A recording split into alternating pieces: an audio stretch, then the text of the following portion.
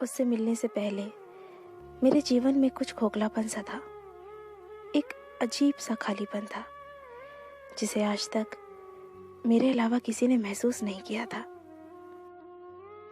क्योंकि मैं स्वभाव से बहुत चंचल थी, इस कारण मैं कॉलेज में भी और घर में भी लोगों से हमेशा घिरी रहती थी। इसके बावजूद कि मैं बहुत बोलती थी, मेरे जीवन का एक दूसरा पहलू भी था और जीवन के उस हिस्से में आने की इजाजत मैंने किसी को नहीं दी थी।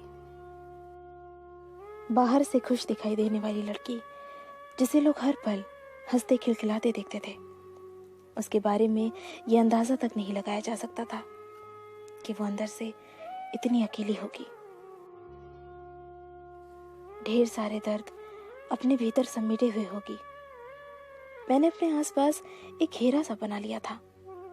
कोई भी मेरे बनाए गए दायरों को तोड़ नहीं सकता था। मुझे इस बात पर यकीन ही नहीं हो रहा था कि वो लड़का मेरे बनाए गए दायरों को तोड़कर मेरी सोच में समाता चला जा रहा है। शुरू शुरू में उससे बात करना महज एक औपचारिकता थी। ये बात अलग थी कि आज तक उसने इस बात को मेरे सामने कभी जाहिर नहीं होने दिया था कि वो मुझे चाहता है। मुझे छोटी से छोटी तकलीफ होने पर उसे मुझसे ज्यादा दर्द होता था। कोई ऐसे भी किसी को चाह सकता है? यकीन करने में बहुत वक्त लगा, लेकिन समय के साथ मुझे इस बात का एहसास हो गया था कि ये लड़का मेरी चिंता करता है, मेरा ख्याल रखता है। उसके प्यार में पागलपन सा था। मेरी खुशी के लिए वो कुछ भी कर देता था। उस लड़के के बिना इस बात का जिक्र किए कि उसे मुझसे बातें करना अच्छा लगता है, मेरे साथ वक्त बिताना अच्छा लगता है, बड़ी ही चालाकी से मुझसे दोस्ती के लिए पूछा। उस दिन संयोग से हम दोनों कॉलेज जल्दी आ गए थे और क्लासरूम में कोई नहीं था। उसने कहा कि क्या मैं तुम्हारा हाथ पकड़ सकता हूँ? पहले तो मुझे बड़ा आश्चर्य हुआ कि आज उसे क्या हो गया है, वो इस तरह की बातें क्यों कर रहा है। लेकिन मुझे उस पर पूरा भरोसा था। उसने इतनी ऑनेस्टली मेरा हाथ मांगा कि मैं उसे मना ही नहीं कर पाई और मैंने उसे अपना हाथ दे दिया। उसने मेरा हाथ अपने हाथों में लिया और कहा, क्या तुम मेरी दोस्त बनोगी? तुम मुझे अच्छी लगती हो और मैं तुम में एक अच्छा दोस्त देखता हूँ, अच्छा इंसान देखता हूँ, और मैं चाहता हूँ कि मैं जिंदगी भर तुम्हारा दोस्त बनकर तुम्हारे साथ रहूं। उसने इतनी ईमानदारी से अपनी इस बात को मेरे सामने रखा कि मैं ना नहीं कर पाई और मैंने हाँ कर दिया। उस दिन उसने बस इतना ही कहा और चला गया। मुझसे दोस्ती करने की खुशी मैं साफ साफ उसके चेहरे पर देख सकती थी। मैंने इस बात को बड़े हल्के में लिया। हालांकि मुझे ये सोचकर दिन भर हंसी आ रही थी कि किस तरह से डरते डरते उसने मेरा हाथ पकड़ा था।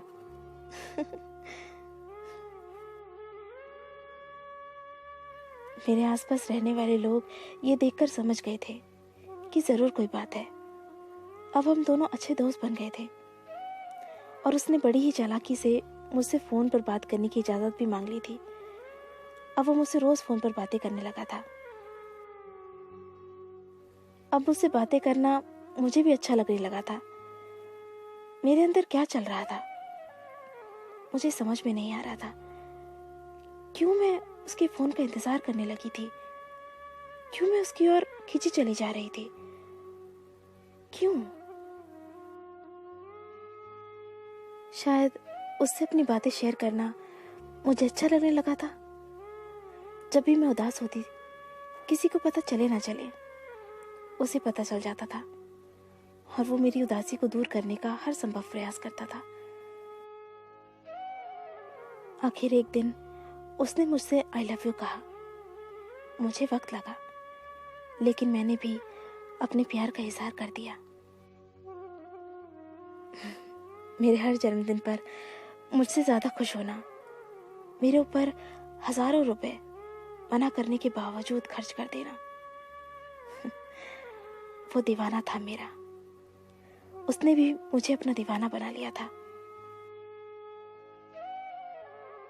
बाइक पर अक्सर घूमने निकल जाना, कॉलेज बंक करके फिल्म देखने जाना, ये सब हमें अच्छा लगने लगा था। उसकी पूरी दुनिया बन गई थी मैं। मेरी पूजा करता था वो। दिन तेजी से बीतने लगे। हम दोनों दुनिया को भूल चुके थे।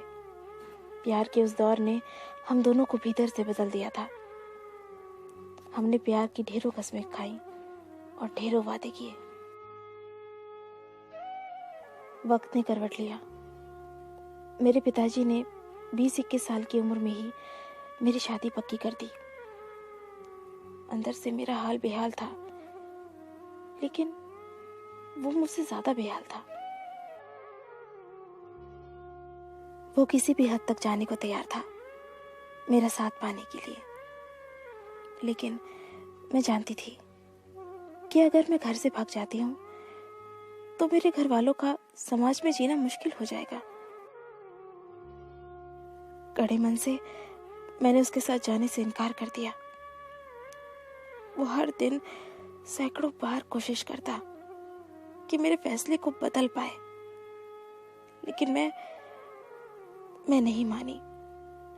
हम मेरी शादी हो गई। अपनी शादी के कुछ महीनों के बाद मेरी उससे मुलाकात हुई। उसने अपना हाल बेहाल कर लिया था।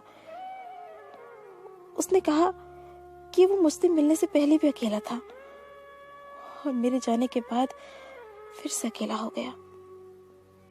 उसने कहा कि वो हमारे कस्मों और वादों को पूरा करेगा। वो कहता है कि प्यार की लड़ाई तो वो हार गया है, पर प्यार की जंग वो जरूर जीतेगा। वो कहता है कि तुम भले मेरा साथ ना दे सको, मेरा प्यार तो मेरे साथ है ना। मेरे प्यार के सहारे उसने जिंदगी में आगे बढ़ने की ठानी है।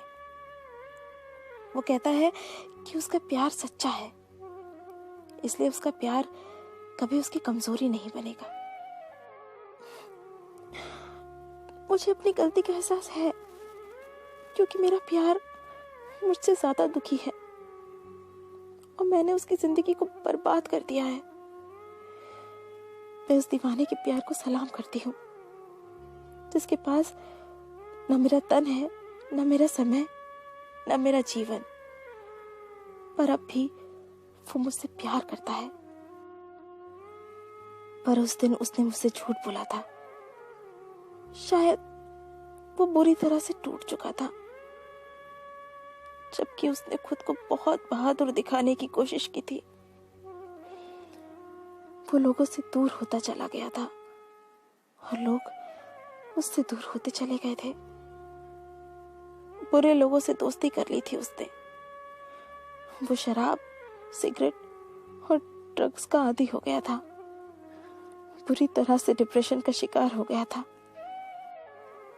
और अंत में एक दिन उसने आत्महत्या कर ली।